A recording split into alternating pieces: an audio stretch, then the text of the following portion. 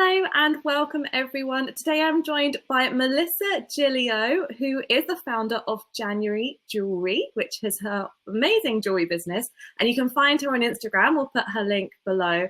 And I really admired Melissa's jewelry business because she has a great following on Instagram, really gorgeous branding, and has lots of sales on Etsy. So a lot of things that people aspire to be. So welcome, Melissa. Thanks for joining me. Hi. How's your day been so far? Slow and relaxing, and yeah, it's a beautiful day here. Wonderful, great. Because you are based in, whereabouts are you? I know you're in the States. Which part of it? We live in South Carolina, so it is fall, obviously, with it being, but it doesn't feel like fall yet, so I'm ready for it to feel like fall. The humidity is finally going down. South Carolina takes a while to actually feel like fall, so we'll start to see the leaves change in November, but we're all ready for summer to We feel often like have the fall. opposite. Yeah, we Right, have the opposite problem in London, I think. We're like, no, we want it to stay summer forever. It's going to get right, so right. cold. So. Awesome, great. So maybe it'd be good to start off by just telling us a little bit about your background and how you came into jewelry and starting this wonderful business that you have. Sure. My mother is an artist. I grew up always being creative, and I decided going to college that I would study art. And I didn't actually do anything with jewelry until college. I didn't really even know that metalsmithing existed. I grew up in a small town, and basically art class was just drawing and painting. And so in college, when I was able to be in a studio that was so different, I mean, it just kind of took my heart. So I decided in college that I was going to concentrate. You have to pick a concentration, that I would concentrate in metal design. And then the other part of my degree was art education. So actually, when I graduated college, I was an art teacher first for 5 years, and I loved teaching art. But when my husband got out of the military, we relocated to South Carolina, and it was in the middle of the school year. So I decided to pursue metal design and start my own business then.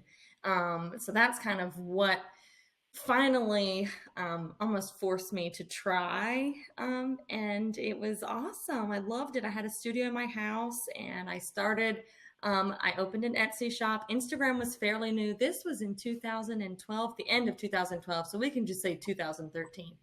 And it kind of just progressed from there. My style has very much evolved since then, and my photography has evolved since then. I've had a child, so it's great being able to have a home studio while having a daughter. She's 4.5 now. My business is now almost 6 years old. It's crazy. So yeah, it's just been a slow, steady kind of growth. Yeah, awesome. And you said like your photography's improved. Does that mean you take all your own pictures? Because they are amazing. I just think, do you have like a photographer on hand I to have a really high standard for myself. My sister is an art. She is really creative. She's really picky with her photography. And so it's almost like this standard, like I will just take hundreds of photos on my phone. I don't know how to use a camera. I have tried wow. and I have failed. So this is an iPhone 8, and I take pictures like in front of a window, and all the lights are off. So it's just natural light. And that's all I do. If there's a picture on my Instagram of like a person like modeling, those were professionally done. Yeah, So, but otherwise, if it's product photography, I did it amazing. somehow. Yeah, and I love the styling that you do. Just talk about Thanks. branding for a bit because you've got a very like kind of natural style, lots of wood, lots of leaves, and I think it's so refreshing when you come across it. Because a lot of Yeah, jewelry. I think so a couple years back on my Instagram, if you scroll far down, you will see that I varied a lot of my images, and it almost was too much variety. And I realized that having a consistent feed where you actually limit that variety really starts to change what your brand looks like and actually gives your brand an identity. And so I think a couple years back, I just tried to almost make my feed too interesting. And if someone just stumbled upon my page, it didn't necessarily look like a branded business. And so when I limited it to photography on my wood board or on a person, it really started to look like a brand, and it really started to make my colors cohesive. And I think it made a big difference in just kind of growing my business online. It really made a big difference. So it was almost just kind of making my feed more boring, but it's not boring. You know what I mean? Yeah, It's just more consistent. yeah. Yeah. And in a way, it's easier for you, right? Because you know your preset. True. You're like, okay, I don't have to buy all this random things to try and make Right. it different. And because I have such limited time in my studio, what I will do is after I make a bunch of stuff, I might choose one day to be my photo day, and I will take a ton of pictures. And you almost have to do that and spend a lot of time, almost hours, just taking photos of lots of things, because then you get into a groove and the light gets just right and you can start to really take some good shots. And so then I will kind of have a stockpile of images that I can use and sprinkle throughout other photos. And that's been helpful too. It's almost kind of, have you heard of like batching, Yeah. work? Yeah. So Stuff, that kind of helps in the photography department, because I don't have time every day to take a great picture. It takes a lot of time. And so that also has helped me when I batch photography. And it's not being inauthentic by posting a picture that I took 2 weeks ago. I still talk about that piece. But yeah, that's helped a lot too. Sure.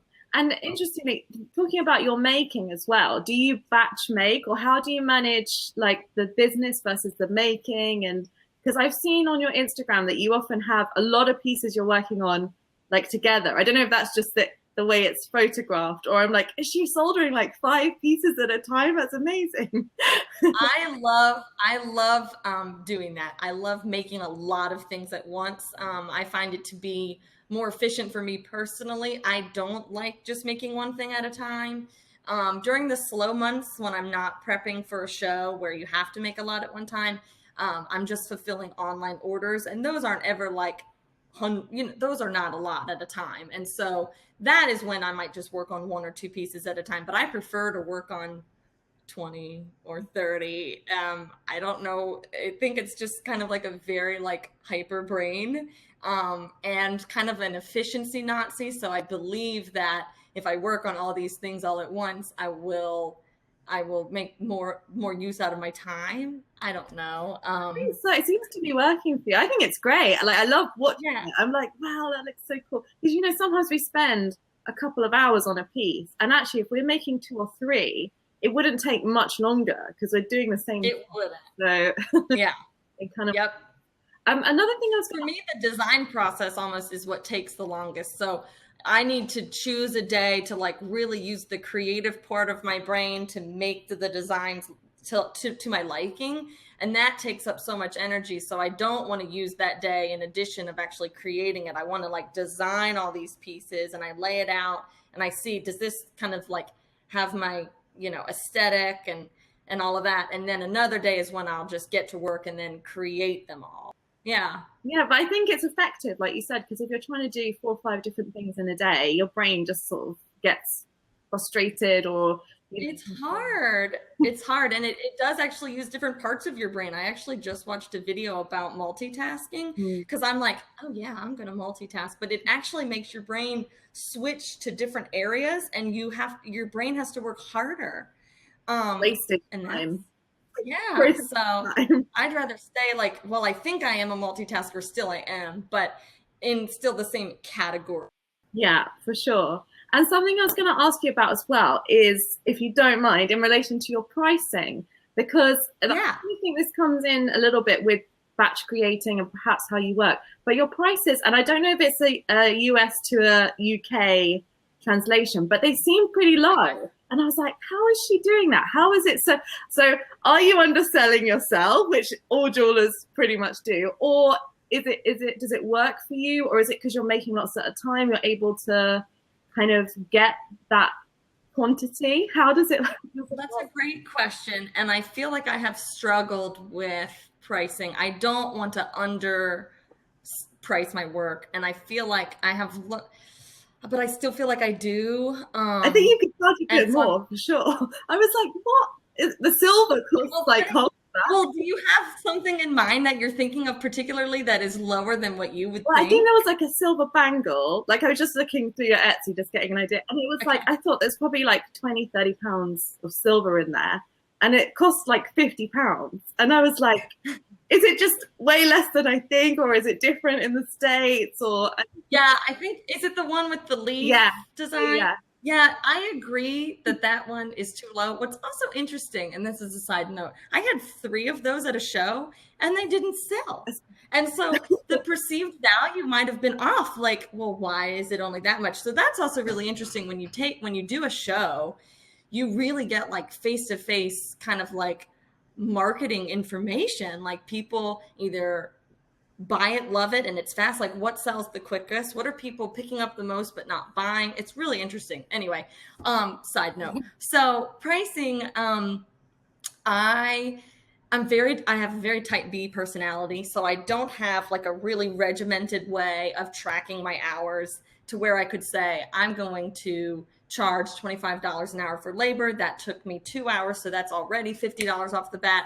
I don't do that, and I should, but I do have fears that if it's too high, no one will buy it. And I know that's not true, but I'm growing my clients, like the people who buy from me often, we're almost like growing together in investing in quality jewelry. And so I don't want to just like slam them with higher prices. So I've kind of just slowly increased them. So if someone is listening and they think that their prices are too low, I would recommend kind of slowly doing it. Yeah, take them But with there's you, you know, like you yeah, know, yeah. And I still vary, like at a show, I'll still vary my price point. So I'll still have low price point items, but I'll also have high price point items. And also every show is different, like the shoppers that are attending. Some shows you might have shoppers who are the high end buyers, and vice versa. So it's hard. That is a really tough one. I think my enamel jewelry is priced too low. That that almost takes me longer than some of the other things, and yet those are like the affordable price points. So I can't say that I have mastered that yet. At the end of the day, encourage you to perhaps gradually increase your price. I definitely think you could be charging more and still getting tons of sales because your jewelry's amazing. thank thank you. That is encouraging to hear. At the end of the day, do I like the number in my bank account? Yes. But when I look at the end of the year, like my expenses and my profit, is it a little sadder than yes. So there's room for Yeah, improvement yeah, there. no, but it's good. I think, and it's great you're honest about it, you know, because sometimes we look at jewelers and we think they just have everything. Everything's easy for them. Yeah. It's all sorted. And there's always things that we need to work on in our business. So, Always. Always room for growth and improvement. yeah, for sure. Um, Yeah. I wanted to ask you a bit about where you sell because I know you sell on Etsy. You probably sell through Instagram. I didn't see if there were shoppable links or not. And you said you do No, fairs and things. Where do you get your sales from? What works for you? so Etsy is great for, they will promote your work, and if someone is searching for a certain thing, my shop pops up. So Etsy sales, for people who don't know me, just come based on the fact that Etsy does the work for you. And for that, I'm grateful for Etsy. I'm not excited about the increased percentage that they are taking, and I don't know what to do about that right now. Um, it's hard, yeah, and but I do like how they streamline shipping and conversations, and it's a nice, it's really great. So my website it's a Squarespace, and so I'm using it for dual purposes. It looks, when you click the link on my Instagram, it looks like, oh, she's got a beautiful website, and you can click the page about me and all that. But then if they click shop, it routes them to Etsy. So I don't have e-commerce on my actual website. It reroutes them to Etsy. As far as Instagram selling, I will get custom orders. People will message me on Instagram, and custom orders will come from that. But then I will still create a link for them for purchase. So I don't have anything clickable to purchase, like the little suitcase, I don't have that because I don't have a Shopify website. Yeah. But I do get a lot of custom orders. And then the other thing, because Instagram is my main way of marketing, when I have a shop update, that's where I'm telling everybody about it. And then I'm linking it to my website that takes them to Etsy. So really, I need to not have an Etsy account because everyone is, they're clicking, they're learning about my jewelry and buying through me from Instagram. So they don't care what website it takes them to. They'd buy from your site, definitely. Right, but I still think I get sales though often from Etsy who don't even know I exist on Instagram. Do you know what I mean? And I'm not ready to give that up. So that means that I need to have both, which is yeah, which I'm not, there's not time before Christmas to make that happen. Next year. There's always next year. 2019 goal.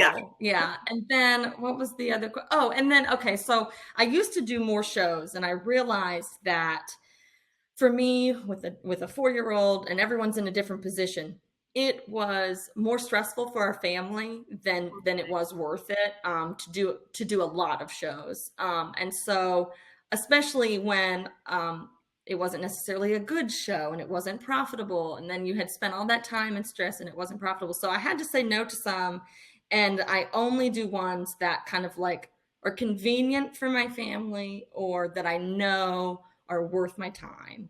And so that boils down to about 2 or 3. And it's actually in the busiest time of year, September to December, but I crank it out and I make it happen. And I know that that's kind of like, that is the time to do it. So I don't do a lot of shows, but I think it's a great way to build your business, to build clientele, to get information about what people love, what they say about your work. It is awesome. So for starting out, it's really, really great to put yourself out there and to learn about the clients, learn about the people who are buying your work, learn about what they say. You know, it was really helpful for me earlier on. And now, I'm really picky about what I do with that. And then wholesale accounts, this is where I still need to work on making sure my prices are right because wholesale takes half. Yeah. And then I make no money. I don't have a lot of time for wholesale accounts. So I would need to really rely on an assistant, a studio assistant, like a more than a couple hours a week assistant. I would need to really invest more in that to make more wholesale sale accounts possible. Right now, I think I have 3. And they're super casual relationships where I haven't needed a, a line item book, or I haven't needed a line sheet. It's been like, hey, what's in your studio? What can you send us? And that has worked for me. So there are so many different relationships that wholesale accounts can be like. It can be really professional with the line sheets and all that, or it can be really casual. And so for me, I've enjoyed the casual ones, and that's been a really nice way to differentiate my income and to supplement it on slower months. And I've been grateful for that.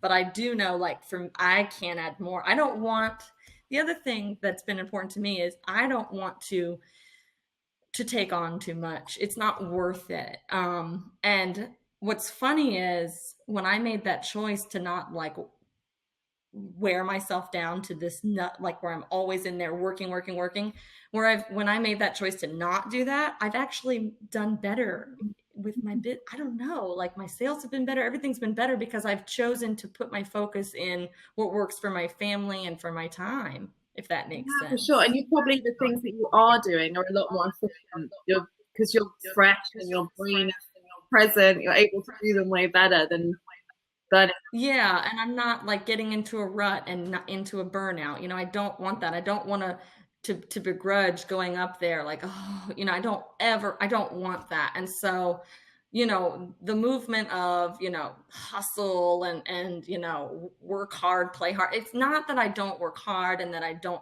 hustle, but I also really, really value like rest and balance. Like I really do, because if you don't have that, I just think it can get unhealthy quickly. Yeah. And what's also just surprising again is that my business has still grown, and yet I feel better than I did 2 years ago when I was probably like doing too much and trying too Yeah. much, if that makes Yeah, for sense. sure. I definitely agree with that. Quality over Yeah. quantity. And also just for your Yeah. life as well, because of course business is so important, but you know, you got your family and Right. and all of that. You want to Right. enjoy it. I think it's always a shame if we don't enjoy what we're doing. We started something we love and then it becomes something we don't love because we're just pushing ourselves too hard. So Right. And yeah, you have to be aware of that. Don't let that happen. don't let it happen. Great. Okay, fab. And another thing that kind of I guess it kind of comes on from what we've just said, but how do you manage the work-life balance with having a kid and you know all of that? Is it it obviously it's difficult for everyone, but how does it work for you? So either I'm a magician and somehow I get all the work done in 2 hours versus 8. I don't know. I honestly don't know. I really don't. But I'll be transparent and let me just give you a rundown of the week. So my kid goes to preschool in the mornings. I drop her off at 8:45. I pick her up at 11:45. By the time I get home, I have 2.5 hours to work in the studio. And that's if I go up there right away and I don't eat and I don't anything, and so it's not even technically 2.5 hours, but that boils down to, let's say that's 10 hours a week that I get to work for preschool. And I'm lucky that she still naps. I don't know what I'm going to do when that goes away, but that might give me an additional 5 hours in a week. So I'm at a 15-hour work week at that moment. I don't like to work at night. My brain gets slow. I'm tired. I want to spend time with my husband. And so 15 hours a week is how I don't know, but I don't know how I get all that work done in 15 hours a week. I really don't. Maybe you're super Now, focused because you're like, I've got 2 hours, right. go. And I do think when you know that you only have a certain amount of time, you can be more productive. I do think that's true. Because there was that first year of business before I had a kid that I worked a ton more, but that doesn't mean it was focused. It was probably diluted in so many areas. And yeah, so I do think you can be more productive when you have a limited amount of time and you know you have to get something done. You work faster, you package quicker. And then, so before a show, I will work at night for a couple hours, but not until midnight. I care about sleep. I don't want to like run my body down. I don't want to be sick. I care about sleep. And so I might work from 7 to 9:30. And that's great. So that's where my work week would add to about, 25 to 30 hours a week pre-show. Mm-hmm. And it is kind of something that happens more this time of year, October, November, December, with the influx of orders because the holidays are so busy. So it is more of like a 30-hour work week, but yet I still really care about like cutting off those hours and still hanging out with my husband and getting sleep and all of All that. those So, and then, yeah, I have a helper who comes, she works in the studio sometimes, but it's not consistent hours. So while I say she's my studio assistant, she's just not up there all the time. It's only when I need her. And what she does for me, because she's not trained in metalsmithing, and I could teach her more, but what I've at least taught her to do is she cuts chain for me and she'll attach all the clasps. And then if I've finished a bunch of pendants, she'll add that. So it's really monotonous, busy work that, has helped me still solder and file and cut things out, things that she doesn't know how to do. So that cuts some time, and I pay her I pay her $12 an hour. I thought about paying her per piece because some days she's slow and some days she's fast. It's not. We try our best. We try. We do what we can. But it's interesting that you've outsourced some bits. And I think that a lot of jewelers, there are things that we can outsource, aren't there? And it doesn't mean that it's not handmade jewelry or that there's anything less from your business. I think it's great to outsource things if it means exactly. It's smart. It's smart. It's still your design. It's still your idea. It's all of that. It is, and it's smart to do that. And if you are only one person, so it's okay to. And jewelry businesses that are much larger than mine, that are still very much handmade, have 5 people making what you originally designed, but they're the ones making it, or they're the ones helping you. That's okay. Yeah. That's not inauthentic. That's not poor quality. It's legit. Yeah, for sure. And so a lot of jewelers watching this might be thinking, this is all great. And and they love what you do. But how do you think you got to the stage where you had so many people interested in what you're doing, lots of followers, lots of sales? Has it just been that it's been time, or have there been any certain things that you could identify that helped push you in front of people? How do you think people have found you? Right. I do think that I saw a jump in involvement and engagement online when my feed started to look like a brand, like we were talking about with consistency. And then I was on another podcast that I think is fairly popular.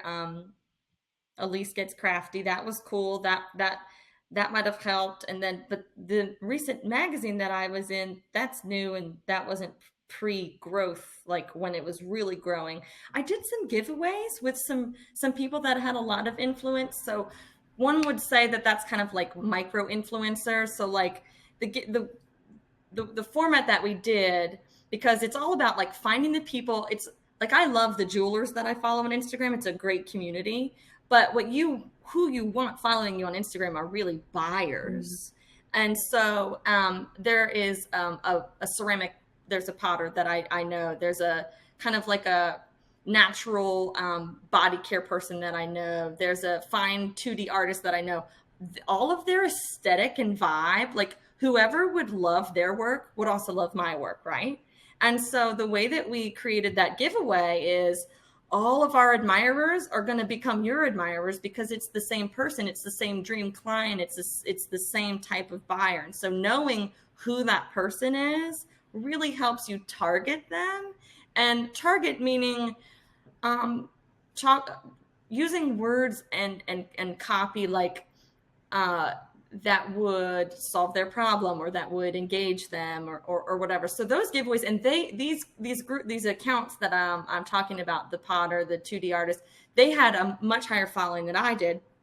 And I really think that opened some doors, because that really flooded a lot to me. And it was awesome. It was really, really cool. And it was the first time I had been involved in a giveaway that felt really successful and purposeful and made sense for gaining eyes on you. So it's not that I care about the follower number.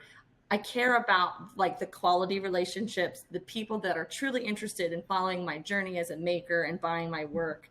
And so it's quality, it's quality engagement. It's not any of the other shady things. Yeah. I can't pinpoint one. I think it was the brand consistency, pinpointing that, and a lot of things kind of bettering my photography with the brand consistency, the giveaway, the podcast, and I might have had a couple. My studio, I had a studio photo shoot 2 years ago. These are the photos that were the ones that got me in a magazine, because the photos were so great. So it wasn't anything I did. I feel like it was all the photographer, because they were great photos.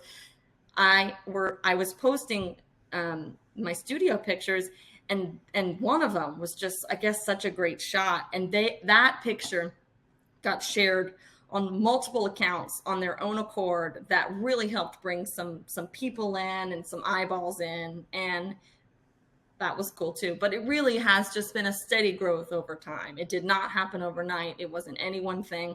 And I know when I started my business, when I would hear that, I would be like, oh, I would be so annoyed, like, come on, please. We know it takes time. It does. It just does.